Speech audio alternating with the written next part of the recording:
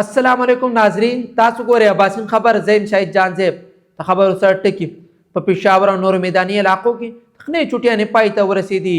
سکولونه بېرته کلاو شول. خیبر پښتونخوا کابینې اراکین ظاهر شاه تورو فیصل ترکی وزارت په خطره کې دی. د خبرو تفصیل په پېښور او نورو میداني علاقو کې تخنۍ چوټیانې پای ته ورسېدي. سکولونه بېرته کلاو شول. په پېښور او خیبر پښتونخوا د میداني علاقو په سکولونو کې تخنۍ چوټیانې ختمې شوې او ټول سرکاري او پرایویټ سکولونه بېرته کلاو شول. د تفصیلاتو له مخې صوبایي دارالحکومت پېښور سمیت خیبر پښتونخوا نورو میداني علاقو کې تخنۍ چوټیانې ختمې شوې چې دې نه وروسته د صوبې ټول نجي سرکاري سکولونه بېرته فعاله شول. پېښور، مردان، سوابۍ، چارسد، ډي خان سمیت نورو میداني علاقو کې هم تخنۍ چوټیانې ختمې شوي او تعلیمي سرګرمیانې بېرته فعاله شولې. یاد دې وي چې د سختې او وچې یخنۍ د وجه محکمه تعلیم لخوا تخنۍ چوټیانې جنوري تر 9 نیټې پورې وغځول شوې وې. خیبر پښتونخوا کابینې اراکین ظاهر شاه تورو فیصل ترکی وزارت په خطره کې دی.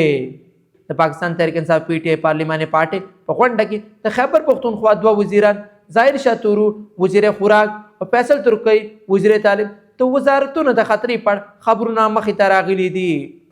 ذرایعو له مخې د وزیر اعلی حوض پېښور کې شوې غونډه کې د خیبر پښتونخوا اسمبلي سپیکر بابر سلیم سواتی او د حکومتي غاړو شرکت کړی و. په غونډه کې د حکومتي غاړو او وزیرانو د اسمبلۍ په غونډونو کې د غیر حاضري په اړه اندېښې اظهار شوې چې دې د وجې ډېر ځله کورم نه پوره کېدو د وجه غونډې ملتوي شوي دي.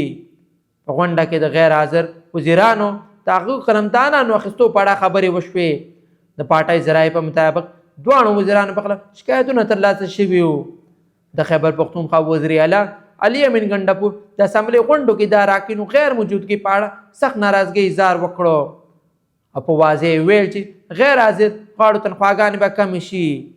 هغه متعلقه افسرانو ته هدایت ورکړل چې په دې فیصلې باندې دې سختۍ سره عمل وشي. علي امین ګنډپور د کابینې اراکینو ته په غونډو کې د وخت باندې شرکت هدایت وکړل.